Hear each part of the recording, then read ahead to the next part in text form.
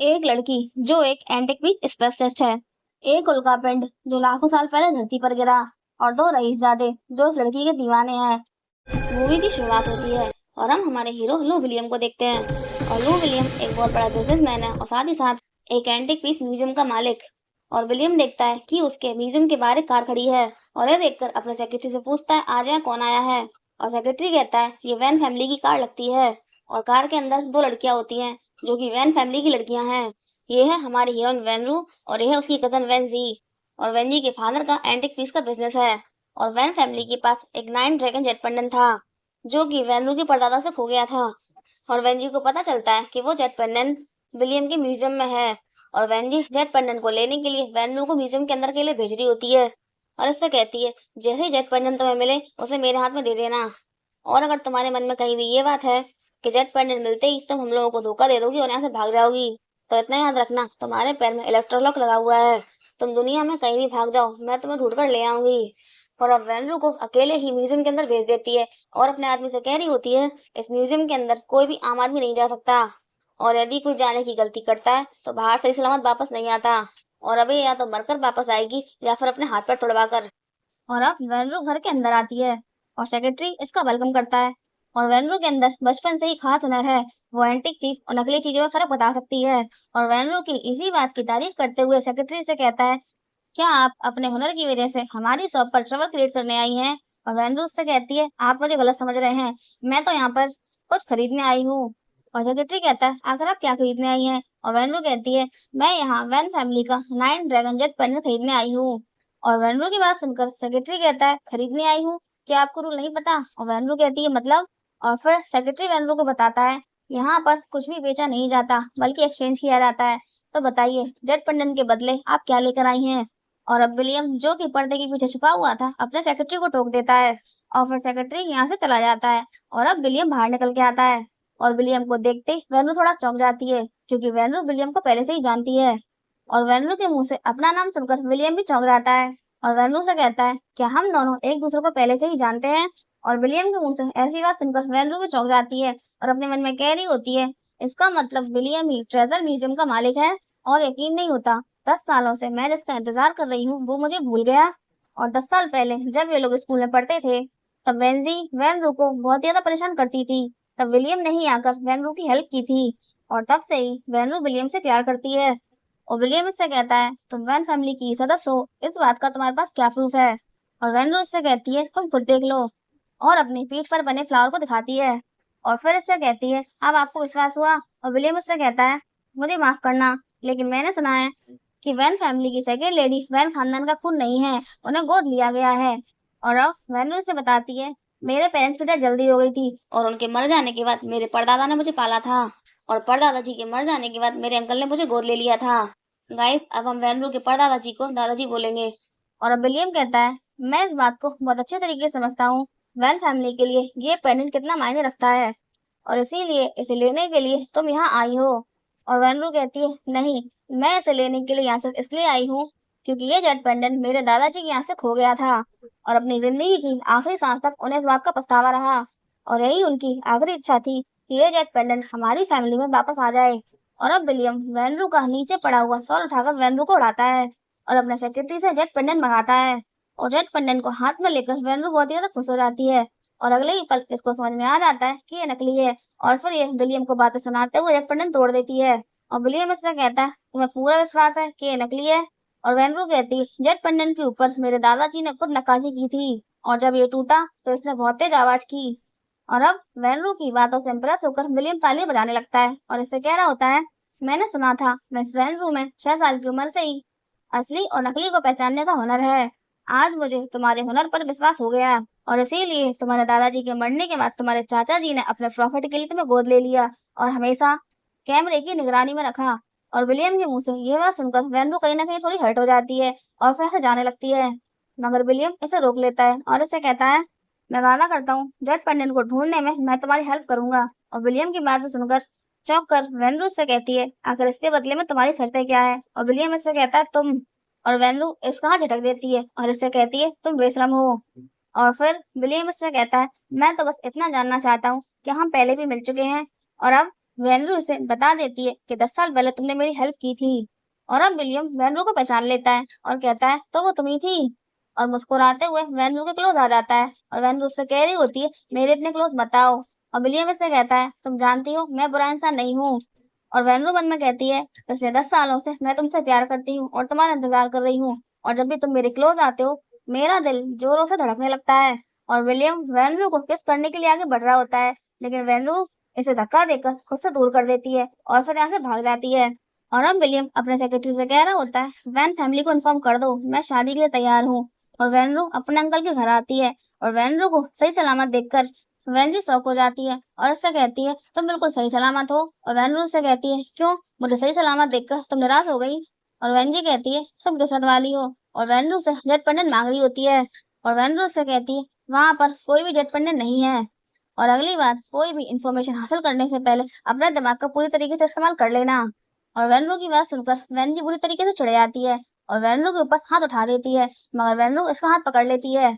और अब वेनरू के अंकल मिस्टर वैन की एंट्री होती है जो अपनी बेटी को डांट देता है और इससे कहता है वेनरू के फेस पे मत मारो, अगर इसका चेहरा खराब हो गया तो ये हमारी वैन फैमिली की रेपुटेशन के लिए अच्छा नहीं होगा। और अपने अंकल के मुंह से ऐसी बात सुनकर वेनरू हंसते हुए कहती है हाँ मैं अंकल की एहसानमंद हूँ, दादाजी के मरने के बाद मुझे गोद ले लिया, मुझे खाने के लिए निवाले दिए और मुझे बिल्कुल कैदियों की तरह रखा। और वेनरू की बातें सुनकर वेंजी कहती है तुझे मेरे डैड का एहसानमंद होना चाहिए, यदि आज तेरे पेरेंट्स जिंदा होते तो तू उन गरीबों के संग भूखे पेटी सो रही होती। और वेनरू को वेंजी की ये बात बिल्कुल पसंद नहीं आती और वेनरू वेंजी की गाल में एक चांटा लगा देती है। और इस बात से मिस्टर वैन वेनरू के ऊपर पूरी तरह भड़क जाता है और वेनरू का गला पकड़ लेता है और गला पकड़ के इससे कह रहा होता है तेरी इतनी हिम्मत तू मेरी बेटी पे हाथ उठाए, तेरे पास जो हुनर है उसकी वजह से तू लकी है, लेकिन तेरी भलाई इसी में है कि तू चुपचाप हमारी बात मानती रहे और हमारे बिजनेस में हमारी हेल्प करती रहे, और अगर तूने हमारे खिलाफ जाने की कोशिश की तो तू जानती है हम तेरे संग क्या करेंगे। और अब वेनरू को विलियम की कही हुई बातें याद आ रही होती हैं, जो विलियम ने वेनरू से कहा था अगर कोई तुम्हें परेशान करता है तो पलट कर तुम्हें उससे फाइट करनी चाहिए। और अब विलियम की बातों को याद करते हुए इन लोगों से बहुत ही ज्यादा हर्ट होकर कह रही होती है इतने सालों में तुम लोगों ने मेरा बहुत ज्यादा गलत इस्तेमाल किया, मेरे थ्रू नकली चीजों को एंटिक पीस बताकर लोगों को बेच दिया, लेकिन अब तुम्हारा असली चेहरा मैं ही लोगों के सामने लेकर आऊंगी। और आज ये दोनों बाप बेटी फिर से वेनरू के थ्रू एक नकली पॉट को एंटिक पीस बताकर मिलियंस में बोली लगाकर इसे बेच रहे होते हैं, और यहाँ बैठे लोग भी इस नकली पॉट को एंटिक पीस समझकर इसकी बोली 70-80 मिलियन लगा रहे होते हैं। लेकिन तभी यहाँ बैठा एक आदमी खड़ा हो जाता है जो खुद भी एंटिक पीस का एक्सपर्ट है और पॉट को क्लोज से देखकर कहने लगता है तुम लोग झूठ बोल रहे हो, ये पॉट कोई एंटिक पीस नहीं है। और मिस्टर वेनिस से कहता है तुम्हारे पास तुम्हारी कही हुई बात का क्या सबूत है। और ये आदमी कहता है सबूत मैं अभी साबित कर दूंगा, और स्पॉट को ले आकर लोगों को दिखाने लगता है और लोगों से कहता है अगर तुम लोगों की आंखें सही सलामत है तो जरा से गौर से देखो। और फिर इस आदमी की बातें सुनकर और पॉट को गौर से देखकर लोग पहचान लेते हैं कि ये पॉट कोई एंटिक पीस नहीं है। और अब ये बात जानकर वैन फैमिली के ऊपर बहुत ज्यादा भड़क रहे होते हैं और एक आदमी गुस्से में वैनरू को ढोंगी बोलकर और ऐसे गाली देते हुए पॉट उसके ऊपर फेंक देता है। लेकिन अब विलियम भी यहाँ आ चुका था और विलियम ने ये पॉट पकड़ लिया था और विलियम को यहाँ देखकर सभी लोग अपनी आंखों पर विश्वास नहीं कर पाते और कह रहे होते हैं ये विलियम ही है ना। और ये आदमी चौंक कर विलियम से कहता है मिस्टर लू आखिर आप वैन फैमिली को सपोर्ट क्यों कर रहे हैं। और विलियम कहता है मुझे सिर्फ अपनी फैंसी से मतलब है और उसके ऊपर पूरा भरोसा है। और विलियम के मुंह से ऐसी बातें सुनकर वैन से कहती है तुम पागल हो गए हो। और मिस्टर वैन ने वैनरू का गला पकड़ा था जिसके निशान विलियम वैनरू के गले में देख लेता है और मिस्टर वैन विलियम का हाथ वैनरू से दूर कर देता है। और फिर विलियम वैनरू से कहता है स्पॉट की एक कीमत तय करके मुझे बताओ। और वैनरू कहती है 2 मिलियन। और विलियम कहता है ठीक है मैं अपनी फैंसी के लिए 2 मिलियन में 2 जीरो और ऐड कर देता हूँ और 200 मिलियन में इस स्पॉट को खरीदता हूँ। और 200 मिलियन सुनकर यहाँ बैठे लोग शौक हो जाते हैं और गॉसिप करने लगते हैं और विलियम बार बार वैनरू को अपनी फैन से बोल रहा होता है। इस बात से शौक होकर वैनरू विलियम से कहती है तुम ये क्या बकवास कर रहे हो। और मिस्टर वैन कहता है मिस्टर लू विलियम आपको गलतफहमी हो रही है, आपकी शादी वैन फैमिली की बेटी यानी कि मेरी बेटी की संग तय हुई है। और मिस्टर वैन की बातें सुनकर विलियम कहता है अगर ऐसा है तो फिर ये कौन है, मैं तो हमेशा से ही मिस वैनरू से ही शादी करना चाहता हूँ। और विलियम के मुंह से ऐसी बातें सुनकर चिढ़कर वैनजी कहती है विलियम तुम्हें गलतफहमी हो रही है, पिछले 10 सालों से हम एक दूसरे को जानते हैं और हमारी शादी होनी है। और विलियम इससे कहता है गलतफहमी मुझे नहीं तुम्हें है। और अब बेंजी विलियम की बातों से हर्ट होकर रोकर ऐसे भाग जाती है और अब वैनरू विलियम के पास आती है और उससे कहती है मैं ही क्यों। और विलियम मिस्टर वैन से चाबी मांगता है और खड़ा हुआ फेस बनाकर मिस्टर वैन विलियम को चाबी दे देता है। और अब विलियम वैनरू के पैर में लगा लॉक खोल देता है और वैनरू से कहता है अब से तुम आजाद हो। और फिर वैनरू को अपने कंधे पर उठाकर ले जाता है और विलियम के आगे मिस्टर वैन बेहोश हो जाता है।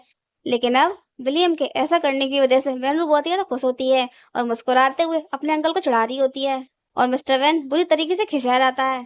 और अब ये दोनों कार में होते हैं और वैनरू विलियम से कह रही होती है तुमने दूसरी बार मेरी हेल्प की है, थैंक यू सो मच। और विलियम इससे कहता है मैं आगे भी तुम्हारी हेल्प कर सकता हूँ अगर तुम चाहो।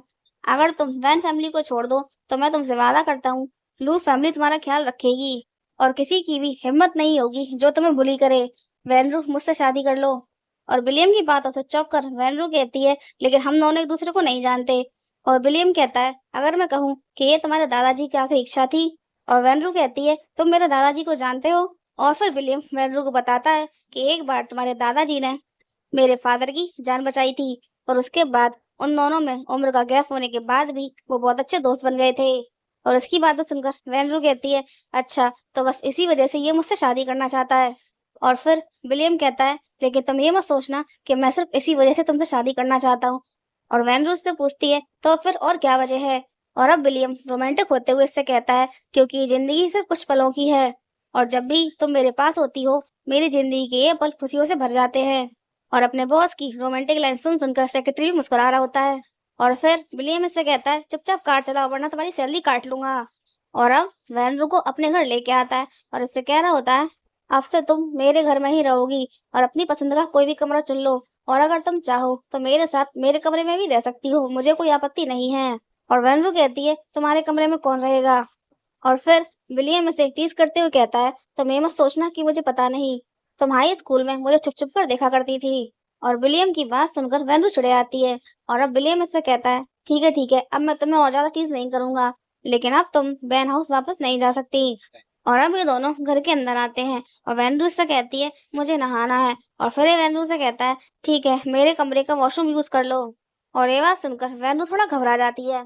और फिर विलियम इसके क्लोज जाकर इससे कहता है ये मत सोचना कि मैंने पहले देखा नहीं, लेकिन हाँ ये जगह मैंने ठीक से नहीं देखी। और विलियम के मुंह से ऐसी बातें सुनकर वैनरू इससे कहती है अगर मुझे पता होता कि तुम इस तरह के हो तो मैं तुम्हें कभी ही पसंद नहीं करती। और फिर वैनरू से दूर हटके विलियम कहता है एक्चुअली आज से पहले मेरे घर में कभी भी गेस्ट नहीं आए और इसीलिए मैंने अपने घर के बाकी रूम और वॉशरूम का भी चेक नहीं किए। और अब वैनरू को समझ में आता है कि विलियम अपने घर के बारे में बात कर रहा था। और अब विलियम थोड़ा सीरियस होते हुए वैनरू के सर पर हाथ फेरते हुए उससे कह रहा होता है जाओ जाकर अच्छे से नहा लो, मुझे बिल्कुल नहीं पसंद कि बाहर के लोगों की जरा सी भी गंदगी तुम्हारे ऊपर हो। और अब वैनरू नहा धोकर तैयार हो रही होती है और अपने मन में कह रही होती है वैनरू तुम्हें जो मौका मिला है उसका पूरा पूरा फायदा उठाओ और पहले उन दोनों बाप बेटी को बर्बाद कर दो और उसके बाद अपना जेट पेंडेंट हासिल करो। और अब विलियम अंदर आता है और वैनरू से कह रहा होता है मुझे गलत मत समझना, तुमने नहाने में ज्यादा टाइम लगा लिया था और मैं डर गया था कहीं तुम्हें कुछ हो ना गया हो, इसीलिए मैं तुम्हें देखने आया था, तुम ठीक हो ना। और वैनरू से कहती है हाँ मैं बिल्कुल ठीक हूँ और अब तुम जा सकते हो। मगर विलियम इसके क्लोज आ जाता है और उसकी पीठ पर सहलाते हुए कह रहा होता है क्या तुम्हें गर्मी लग रही है। मगर वैनरू इसे दूर धक्का दे देती है और उसे कहती है ऐसा मत करो खुजली होती है। और वैनरू के नेल से विलियम का हाथ हट हो गया था, इसीलिए विलियम वैनरू का हाथ पकड़ लेता है और उसे कह रहा होता है सच में तुम्हारे नेल्स तो बहुत ज्यादा पहने हैं और जब तुम पहली बार मेरे घर में आई थी मैं तभी समझ गया था कि तुम वैन फैमिली से बाहर निकलना चाहती हो और इसके लिए सिर्फ मैं ही तुम्हारी हेल्प कर सकता हूँ। और विलियम की बातें सुनकर वैनरू कहती है हाँ मिस्टर लू विलियम ने मेरी बहुत ज्यादा हेल्प की है, तो बताइए मैं आपका एहसान कैसे चुकाऊं। और अब विलियम जल्दी से वैनरू को पकड़ के इसे फोर्सफुली किस करने लगता है और किस करते करते इसको बेड पे लेके गिर पड़ता है और वैनरू की सांस फूल जाती है। और ये देखकर विलियम कह रहा होता है क्या तुम्हें किसी ने भी किस करना नहीं सिखाया। और मुस्कुराते हुए वैनरू उससे कहती है मुझे ऐसा लगा जैसे मैं सपना देख रही हूँ। और फिर विलियम इससे कहता है कल रात मैंने भी तुम्हारा सपना देखा था। और फिर वैनरू कहती है विलियम सीरियसली मैं तुम्हें पिछले 10 सालों से पसंद करती हूँ।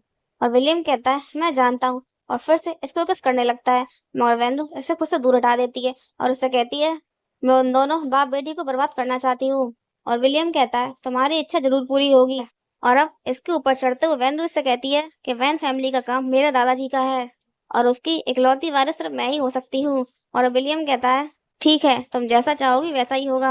और अब सुबह होती है और ये दोनों एक ही बिस्तर में होते हैं। और विलियम वेनरू से कहता है, कल रात मैंने तुम्हें सेटिस्फाई किया? और वेनरू कहती है, हाँ ठीक ठाक ही था। और विलियम कहता है, ठीक ठाक? मैं तुम्हें याद दिला दूं कि तुम लगभग बेहोश होने वाली थी। और ये बात सुनकर वेनरू चिढ़ जाती है और फिर विलियम इससे कहता है, मुझे इस तरह से मत देखो, नहीं तो मैं फिर से अपना कंट्रोल खो दूंगा। और विलियम के मुंह से ऐसी बात सुनकर वेनरू अपना फेस घुमा लेती है और उठने लगती है, मगर विलियम उसको पकड़ लेता है और उससे कहता है, थोड़ी देर मेरे साथ और लेटी रहो, मैं सालों से इतनी अच्छी नींद नहीं सोया, और अगर तुम चाहो तो हम फिर से ट्राई कर सकते हैं। और अब विलियम के पास उसके सेक्रेटरी का मैसेज आता है, क्योंकि मिस्टर वैन ने रिपोर्टर्स को बुलाया है और एंटीक पीस की नीलामी वाले दिन जो कुछ तमाशा हुआ था उसका सारा ब्लेम बड़ी चतुराई से वैन रू के ऊपर डाल रहा होता है और कह रहा होता है, उस दिन जो कुछ भी हुआ उसके लिए मैं माफी मांगता हूँ और उसकी सारी जिम्मेदारी लेता हूँ, क्योंकि मैंने गलत इंसान पर भरोसा कर लिया था। और अब से एंटिक पीस को परखने का काम मेरी बेटी करेगी, जो कि जेंजू यूनिवर्सिटी से पास आउट है और उसने इसी की पढ़ाई की है। और इन लोगों के इस ड्रामे का जवाब देने के लिए विलियम अपने म्यूजियम में ऐसे लोगों को इनवाइट करता है जिनके पास पहले से एंटिक पीस मौजूद है, और एक लाइव ब्रॉडकास्ट होता है जिसे वेनरू यहाँ लाए गए लोगों के द्वारा एंटिक पीस के बारे में बता रही होती है। और यहाँ आए लोगों में से कुछ लोग ऐसे भी थे जो वेनरू को टेस्ट करने के लिए अपने साथ फेक एंटिक पीस लेकर आए थे और वेनरू को परेशान करने की कोशिश कर रहे थे, लेकिन वेनरू किसी की भी बातों से नहीं डरती और साबित कर देती है कि उसे असली और नकली चीजों की पहचान है।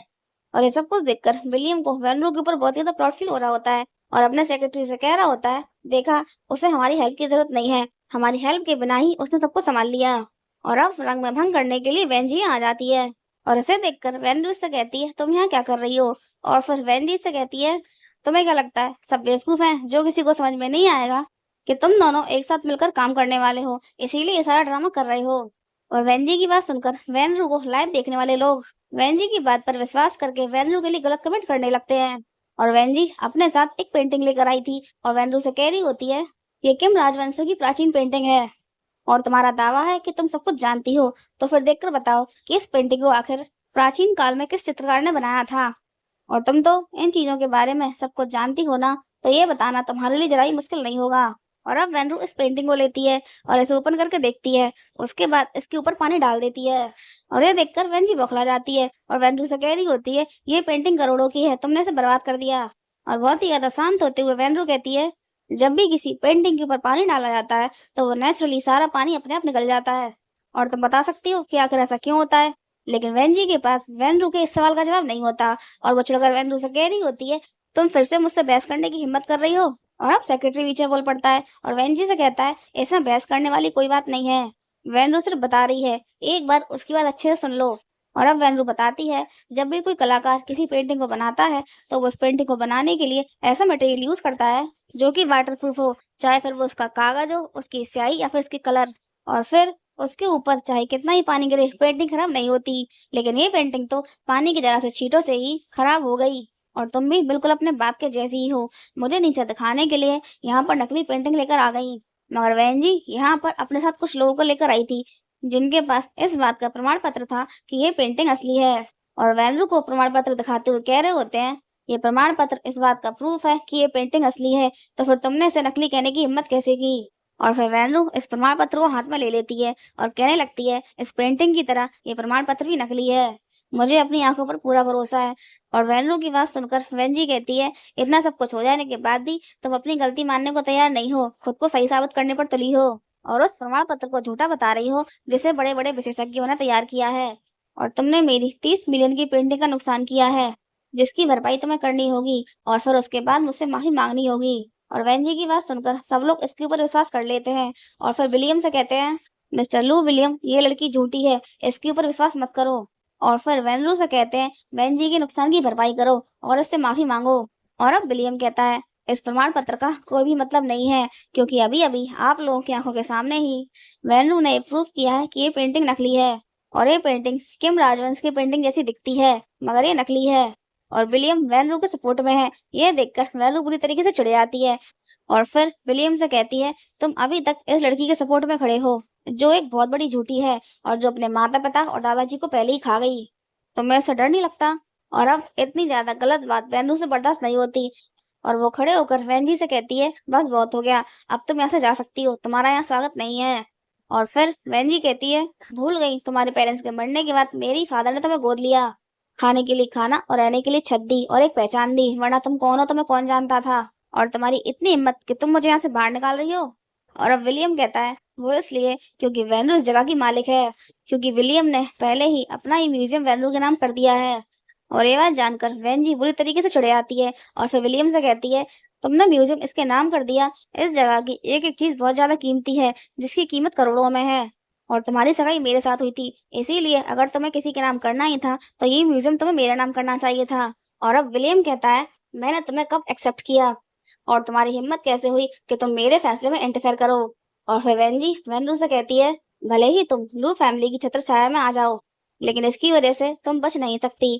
तुमने मेरा 30 मिलियन का जो नुकसान किया है उसकी भरपाई तो तुम्हें करनी ही पड़ेगी और मुझसे माफी मांगनी पड़ेगी। और उसके साथ ही आज के बाद तुम कभी भी वैन फैमिली को शर्मिंदा करने की कोशिश नहीं करोगी। और अब वैन लुइस से कहती है शर्मिंदा, जरा खुद को देखो कि वैन फैमिली को शर्मिंदा करने की कोशिश कौन कर रहा है। सबसे पहले तो तुम ये बताओ कि जेएनयू यूनिवर्सिटी से तुम्हारा फेक सर्टिफिकेट बनवाने के लिए तुम्हारे फादर ने कितने पैसे खर्च किए हैं। और ये बात सुनकर वैन जी बुरी तरीके से चिढ़ जाती है और फिर वैनरू से कहती है तुम बहुत ज्यादा जिद्दी हो, इसीलिए अब तुमसे बहस करके मैं अपना टाइम वेस्ट नहीं करूंगी। एक काम करते हैं, अब हम दोनों कंपटीशन करते हैं और फिर ये साबित हो जाएगा कौन असली है कौन नकली। और वैनरू को खुद के ऊपर पूरा विश्वास था, इसीलिए वैन जी की बात पर अग्री हो जाती है। और अब इन दोनों का कंपटीशन स्टार्ट होता है, जिसमें इन दोनों को प्राचीन काल के सिक्के और नकली सिक्कों को अलग करना था, जिसमें 3 राउंड होते हैं। और पहले राउंड में वेनरू को हराने के लिए वेंजी कोई हरकत करती है, जिसमें वेंजी का आदमी रिमोट कंट्रोल प्रेस करता है, जिसकी वजह से वेनरू डिस्टर्ब हो जाती है और इसकी स्पीड धीमी हो जाती है। लेकिन इसके बाद भी वेनरू बराबरी पर आती है। और अब तीसरा और आखिरी मुकाबला होता है, जिसमें ये दोनों अपनी आंखें खोलकर ये कंपटीशन करती हैं और वेनरू पहले अपना टास्क खत्म कर लेती है।